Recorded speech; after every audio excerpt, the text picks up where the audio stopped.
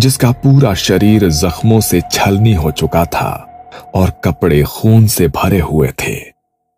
लेकिन जब नीति ने ध्यान से देखा तो उस बच्चे का सिर नहीं था। उसने अपने सर को अपने हाथों में पकड़ा हुआ था, जो बेहद ही भयानक तरीके से मुस्कुरा रहा था। तभी दोबारा से बिजली कड़की और इस बार आईने पर रोशनी पड़ी तो आईने के भीतर कुछ भी नहीं था। नीति ने राहत की सांस ली, लेकिन जैसे ही वो पीछे मुड़ी तो वही औरत और उसका सर कटा बच्चा उसके सामने खड़ा हुआ था। नीति बुरी तरह घबरा गई और जोर से चिल्लाई, लेकिन वहां उसकी मदद करने वाला कोई भी नहीं था। उन दोनों ने कसकर नीति के हाथ को पकड़ लिया। नीति खुद को बचाने के लिए छटपटाई और जोर जोर से चिल्लाने लगी।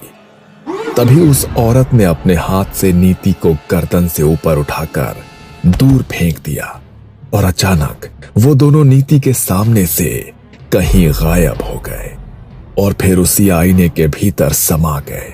नीति ने अपने हाथ में पकड़ा फूलदान आईने पर दे मारा। वो फूलदान जमीन पर गिरकर चकनाचूर हो गया, लेकिन उस आईने को कोई नुकसान नहीं हुआ। ये देखकर नीति और ज्यादा घबरा गई। वो कमरे के एक कोने में रोती हुई दुबक कर बैठ गई। तभी घर का दरवाजा नॉक हुआ। नीति, नीति गेट खोलो, नीति। शुभम की आवाज सुनकर नीति थोड़ी शांत हुई।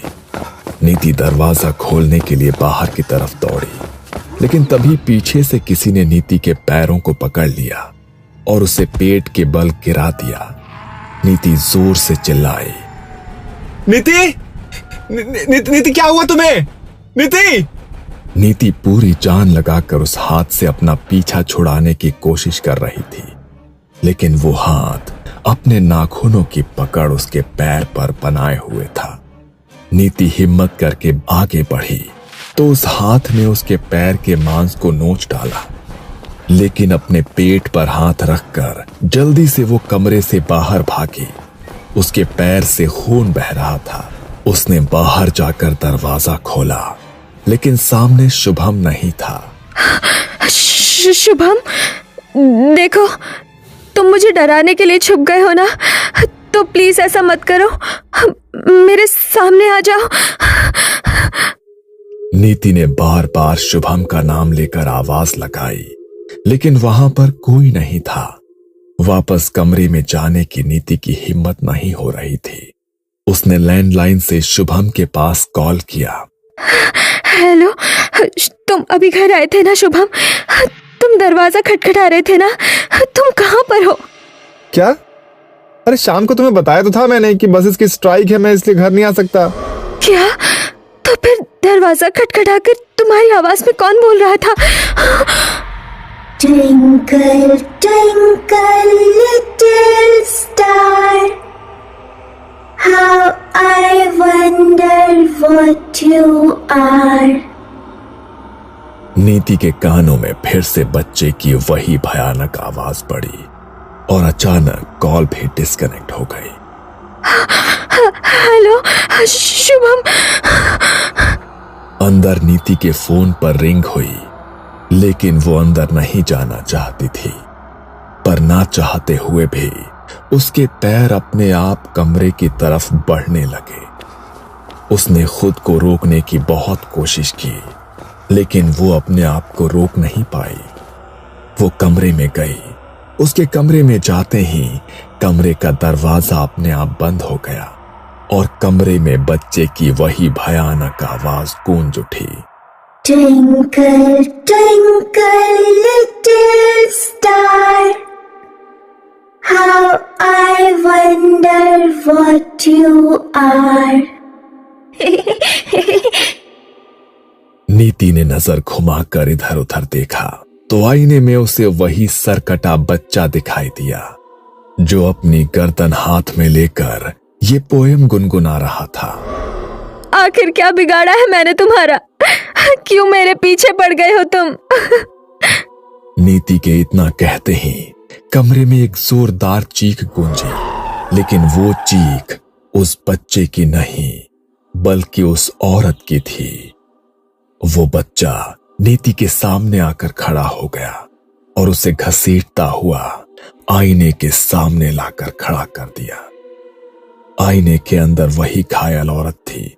उसने अपने चेहरे पर घूंघट लिया हुआ था। उसने जैसे ही अपना घूंघट हटाया तो नीति की जान सूख कर उसके हलक में अटक गई। तुम?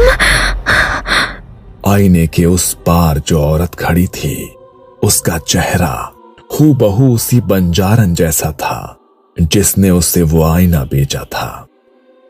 तुम? ये चेहरा तो हूबहू उसी औरत से मिल रहा है जिसने मुझे ये आईना बेचा था। ये सब मेरे साथ क्या हो रहा है?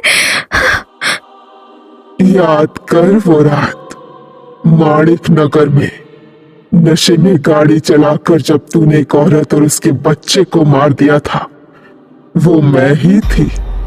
तूने मुझे मारा, मेरे 5 साल के बच्चे को बेरहमी से मार डाला, अपनी गाड़ी के नीचे रौंद डाला। मेरे पेट में एक नन्ही जान पल रही थी, तूने उसे भी मार डाला। उस दिन से लेकर आज तक मेरी माँ तुझे ही ढूंढ रही थी, और देख तू मेरी माँ को मिल गई और अपने हाथों से तू मुझे अपने घर ले आई।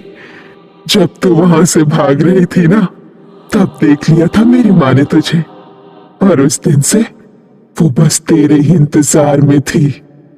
बंजारन भाग के आ रही है अपनी प्रेग्नेंट बेटी और नाती के पास, जिनका एक्सीडेंट हो गया है। बच्चे का सर धड़ से अलग हो गया है। उसने नीति का चेहरा देख लिया, लेकिन नीति भाग गई वहां से। मारे नाती को मार डाला। पर तू चिंता ना कर मेरी बच्ची, मैं तुझे कुछ ना होने दूंगी। बंजारन का नाती तो पहले ही मर चुका था, लेकिन उसने अपनी बेटी और उसके पेट में पल रहे बच्चे के लिए जल्दी से एम्बुलेंस के पास फोन किया। लेकिन जब तक एम्बुलेंस वहां पहुंची, तब तक उसकी बेटी की जान भी जा चुकी थी। बंजारन उनके पार्थिव शरीर को अपने घर में लेकर आई। उसके ऊपर दुखों का इतना बड़ा पहाड़ टूट गया था कि वो अपने आंसुओं को रोक नहीं पा रही थी। इस दुनिया में थारे सिवा हमारा था ही कौन?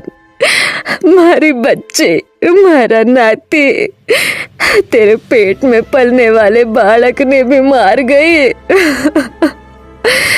पर मैं उसे जिंदा न छोड़ूंगी। अपना बदला तो उससे खुद लेगी छोरी।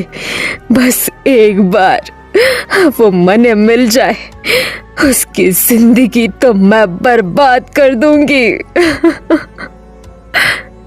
बंजारन की बेटी और नाती की अकाल मृत्यु हुई थी, इसलिए वो चाहकर भी मुक्त नहीं हो सकते थे। तो बंजारन ने उनके अंतिम संस्कार से पहले काले जादू से उनकी आत्माओं को एक आईने के भीतर कैद कर दिया। उसने नीति का चेहरा देखा था। उसने अपने हाथों से उसके चेहरे का चित्र बनाया और उसके ऊपर तंत्र विद्या करके उसे अपने पास बुला लिया। नीति अपने मन से बंजारा मार्केट नहीं गई थी, बल्कि ये सब बंजारन ने खुद किया था। अब तो तू सब समझ गई होगी ना। अपना बदला तो मैं आज लेकर जाऊंगी। तूने हमारे साथ हमारे बच्चे को भी मार डाला था ना, तो आज तेरे साथ थारा बच्चा भी हमारे साथ ही जाएगा।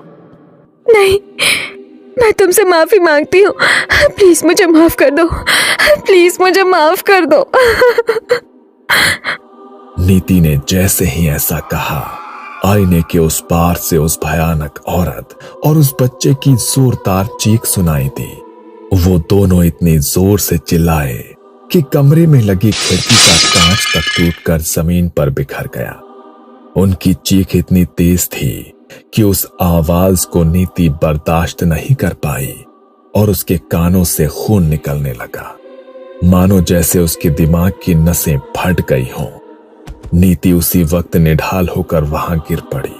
तभी एक तेज आवाज के साथ वो आईना भी टूटकर चकनाचूर हो गया और कुछ देर बाद उन आखिरी चीखों के साथ सब कुछ बिल्कुल शांत हो गया।